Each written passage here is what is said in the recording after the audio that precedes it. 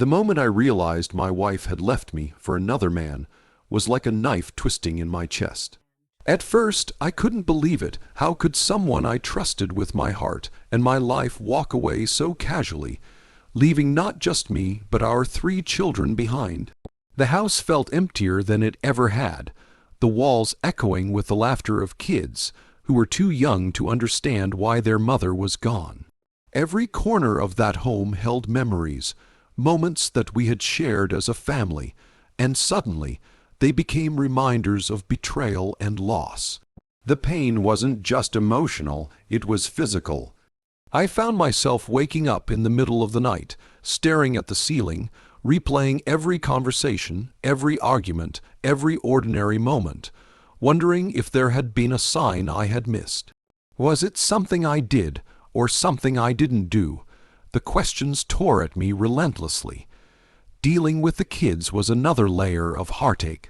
They didn't understand why their mother wasn't there to tuck them in, to make them breakfast, to comfort them when they fell or got scared.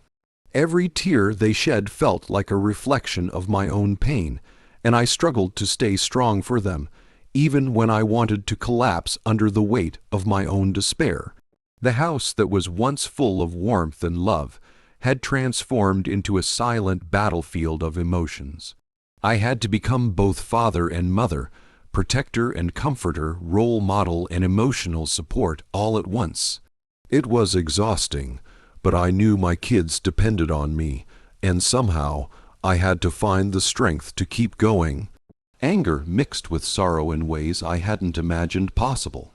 Sometimes I found myself staring at her photos, feeling a burning resentment for the betrayal, for the selfishness that had turned our lives upside down. Other times I would see her face in my dreams, and instead of anger, I felt a hollow emptiness, a longing for the person I thought I knew. Friends and family offered sympathy, but sympathy only went so far. It couldn't fill the void she had left behind, couldn't erase the nights I spent alone, or the moments my children missed their mother. Despite the heartbreak, there was a strange clarity that began to emerge. I realized that I couldn't let her choices define my life or my children's future. I had to rebuild, to find a way to turn this devastating pain into strength. Slowly, I started reclaiming my mornings, my evenings, my life. I began to focus on the things I could control: the well-being of my kids, my own emotional stability, and the quiet determination to prove that life doesn't end when betrayal enters the door. That pain, sharp and unrelenting as it was, became a driving force, a catalyst for growth, and a reminder of the resilience that lives within those who refuse to be broken by another's choices. In the end, the betrayal was a turning point, not just a wound.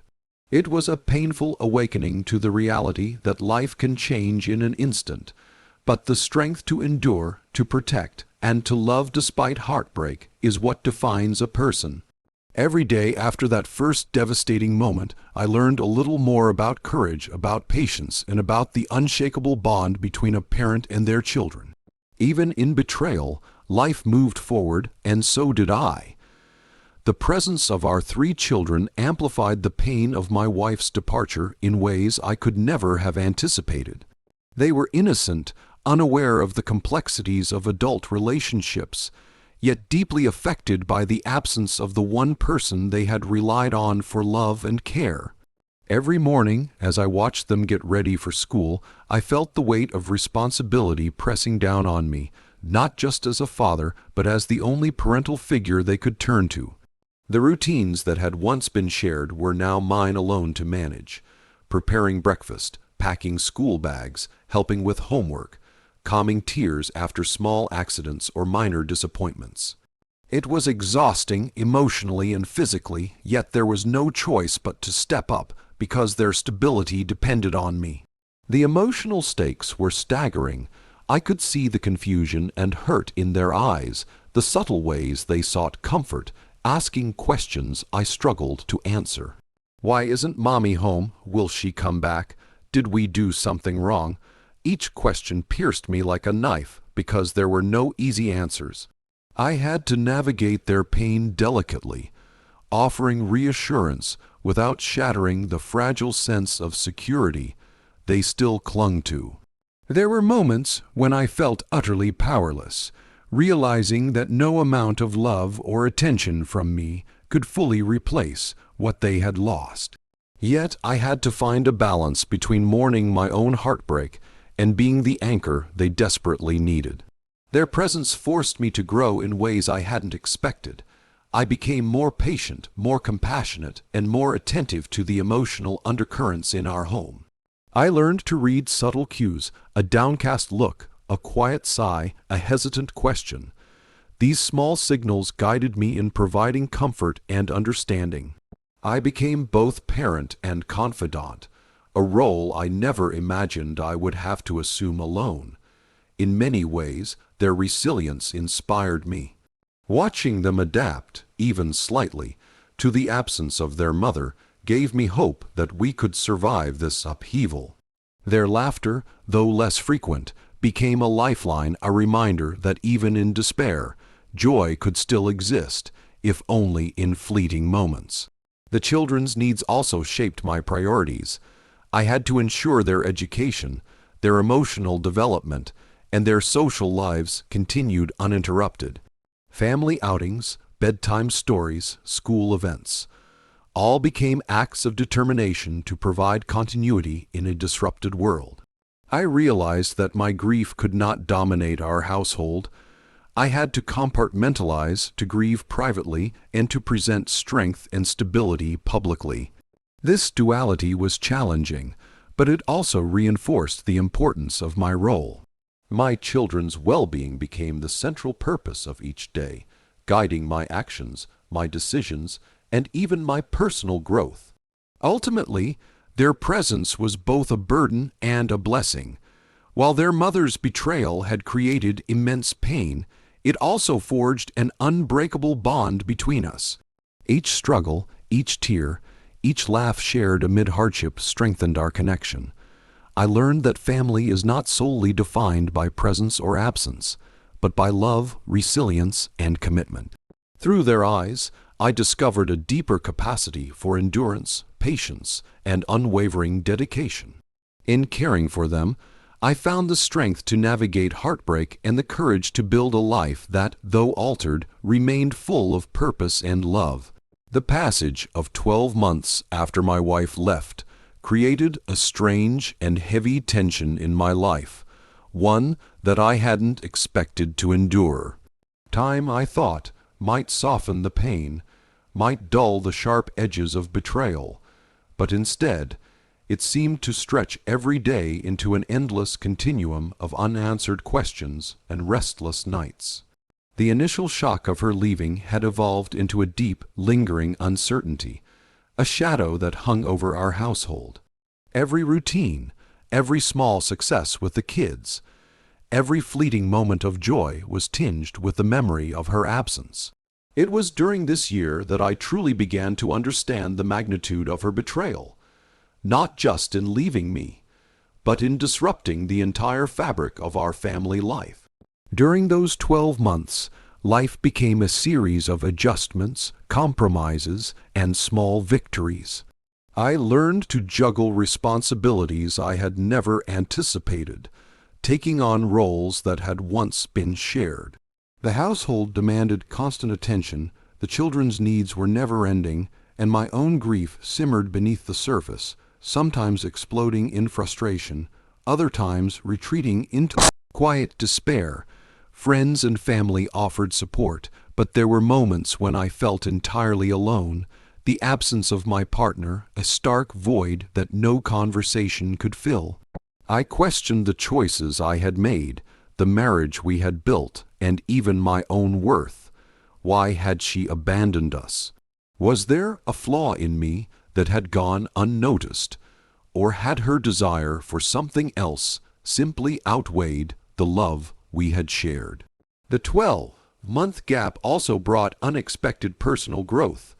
I began to observe patterns in my own resilience, discovering strengths I hadn't known I possessed. I found ways to balance anger with understanding, grief with responsibility, and solitude with the need to remain emotionally available for my children. I became more mindful of the present, more deliberate in my actions, and more conscious of the example I was setting for the kids.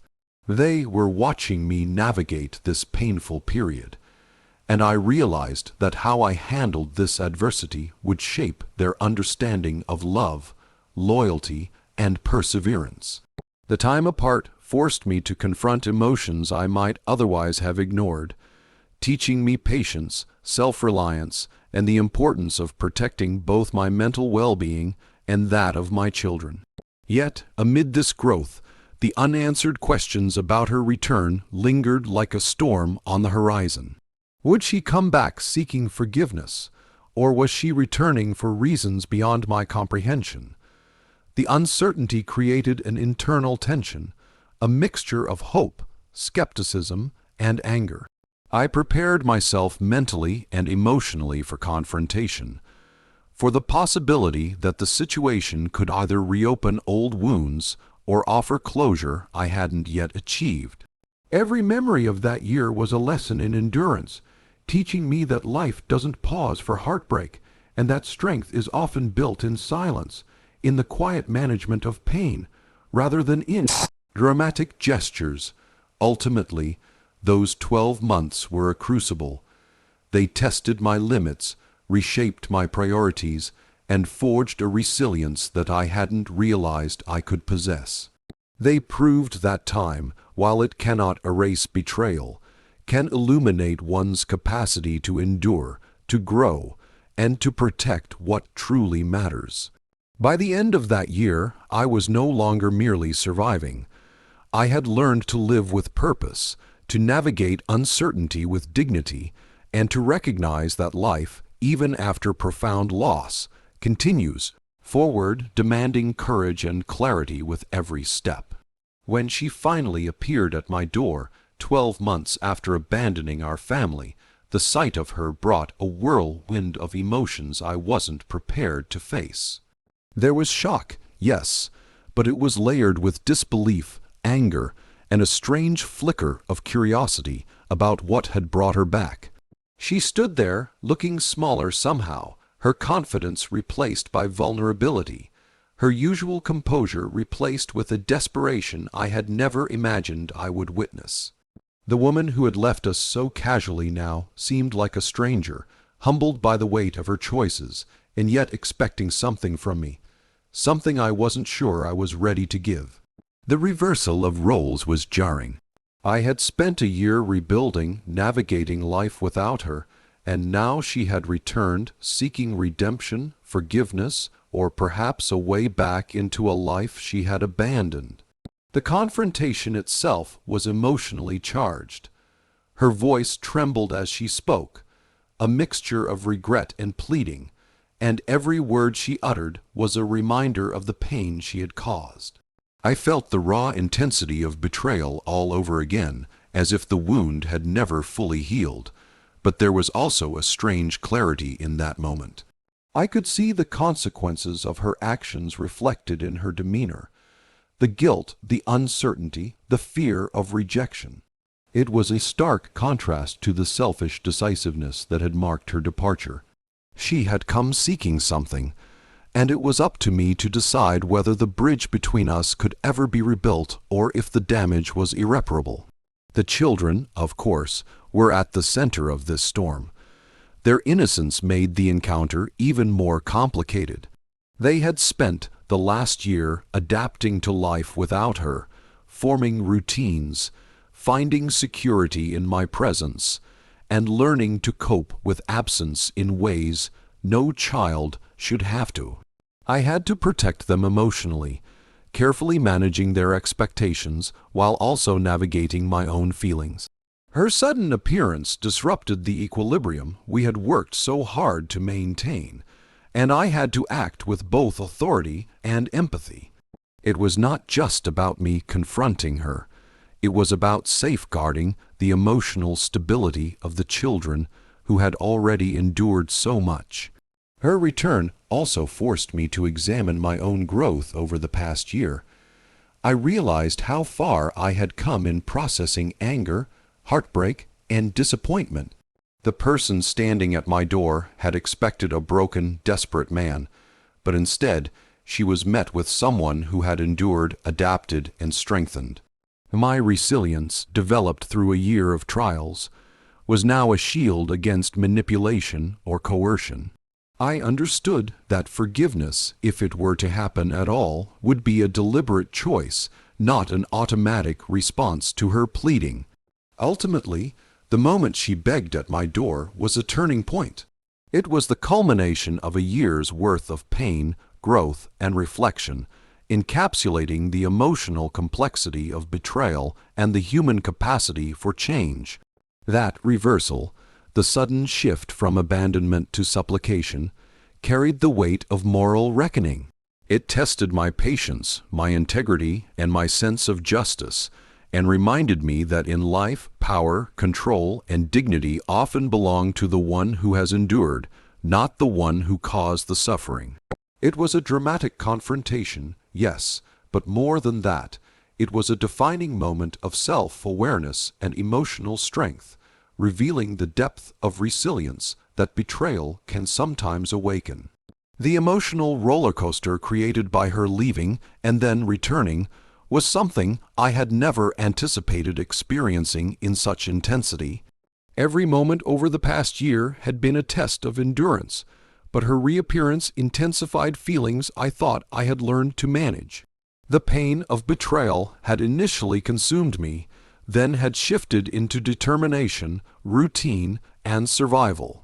Yet seeing her at my door, pleading for forgiveness or reconciliation, reignited a mixture of anger, confusion, and even reluctant curiosity.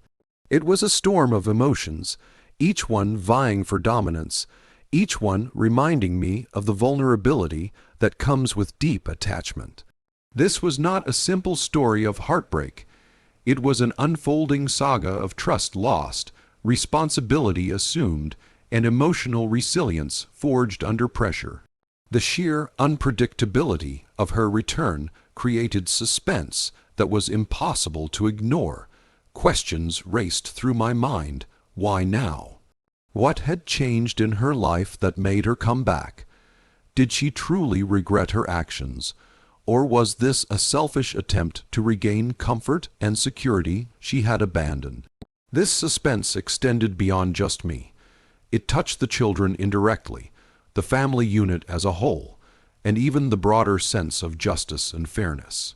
Life, after all, had gone on without her.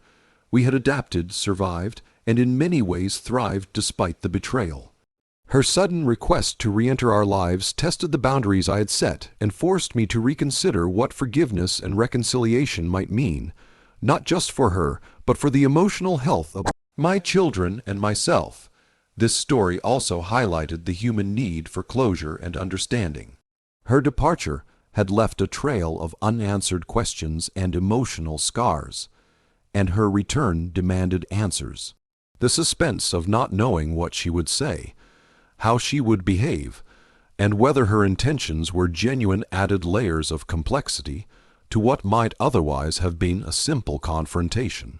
Each word she spoke, each gesture, carried weight, influencing how I processed the past year and how I considered the future. It was an emotional high-stakes game where the outcome could redefine relationships, trust, and personal boundaries. Beyond the personal drama, there was a universal resonance in this scenario that made it so compelling. Stories of betrayal, abandonment, and redemption tap into fundamental human experiences: the pain of loss, the struggle to forgive, and the pursuit of personal growth despite adversity. Audiences relate to the fear, the hope, the anger, and the resilience because these emotions are deeply human. They see themselves in the struggle, whether in romantic relationships, friendships, or family dynamics. The emotional roller coaster is what keeps people engaged, what makes them invest in the outcome, and what transforms a personal story into a narrative with wide-reaching impact. Ultimately, This emotional journey revealed profound truths about resilience, personal boundaries, and the power of self-respect. It showed that while betrayal can wound deeply, it can also illuminate one's strength and capacity for endurance. The highs and lows of this roller coaster were not merely dramatic. They were instructive, teaching lessons about patience, discernment, and the importance of protecting oneself and those we love. In the end, the story was about more than pain or reconciliation. It was about growth, dignity, and the emotional intelligence that emerges when life challenges us in ways we never expected. The emotional roller coaster, though tumultuous, became a catalyst for profound self-discovery and inner strength.